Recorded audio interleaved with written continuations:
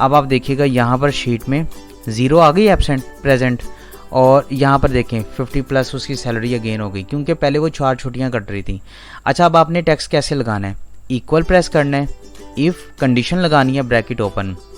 अब आपने क्या करना है कि अगर ग्रोस सैलरी बड़ी है या बराबर है किससे, 50,000 रुपये से, तो फिर ग्रोस सैलरी मल्टीप्लाई होगी 3% के साथ, क्योंकि हमने 3% गवर्नमेंट को पे करना है, अदरवाइज 0, और आपने एंटर करना है और ये जी टैक्स लग गया। अब ये बता रहा है कि जो 3% है ना, 52,000 का जो 3% बनता है वो इतना बनता है। इसको सिंपल आप ड्रैग करवा लें। अब देखिएगा यहाँ पर 50 से ज़्यादा था इसलिए यहाँ पर टैक्स पड़ गया, इधर 50 से कोई ज़्यादा नहीं है इसलिए सबके ऊपर 0 आ रहा है। आप इनको सिलेक्ट करें और यहाँ पर सेंटर में ले आइएगा, ठीक है। अब आप इनके ऊपर भी यहाँ पर कलर वगैरह लगा सकते हैं। ये जी मैंने कलर, ये दूसरा कलर लग चुका है, ये कलर लगा दिया, ठीक है। अब आपने इनको सिलेक्ट करके यहाँ पर बॉर्डर लगा देना है। अब डिडक्शन कैसे निकालेंगे, डिडक्शन निकालने का तरीकाकार ये होगा कि आपने इक्वल प्रेस करना है। आपने क्या करना है कि जो ग्रोस सैलरी है नहीं बल्कि इक्वल लगाना है, और यहाँ पर जो जितनी भी डिडक्शन है उन सबको यहाँ पे सम कर लेना है, ठीक है। ये आपने लिखाया इक्वल SUM सम ब्रैकेट ओपन, और फाइंड से लेकर अदर तक आपने सेल को सिलेक्ट किया और यहाँ पर ब्रैकेट क्लोज कर दी। तो इसको आप यहाँ पे ड्रैग करवा लीजिएगा, ठीक है, और यहाँ पर इसको सेंटर पॉइंट में ले आइएगा। इसके बाद नेट सैलरी कैसे निकलेगी, वो है जी इक्वल, जो है ग्रोस सैलरी उसमें से आपने माइनस कर देना है डिडक्शन को, और सिंपल आप एंटर प्रेस करेंगे तो जो नेट सैलरी है गवर्नमेंट को पे करने के बाद, वो आपने ये टैक्स पे करने के बाद आपको ये नेट सैलरी मिल जाएगी, ठीक है।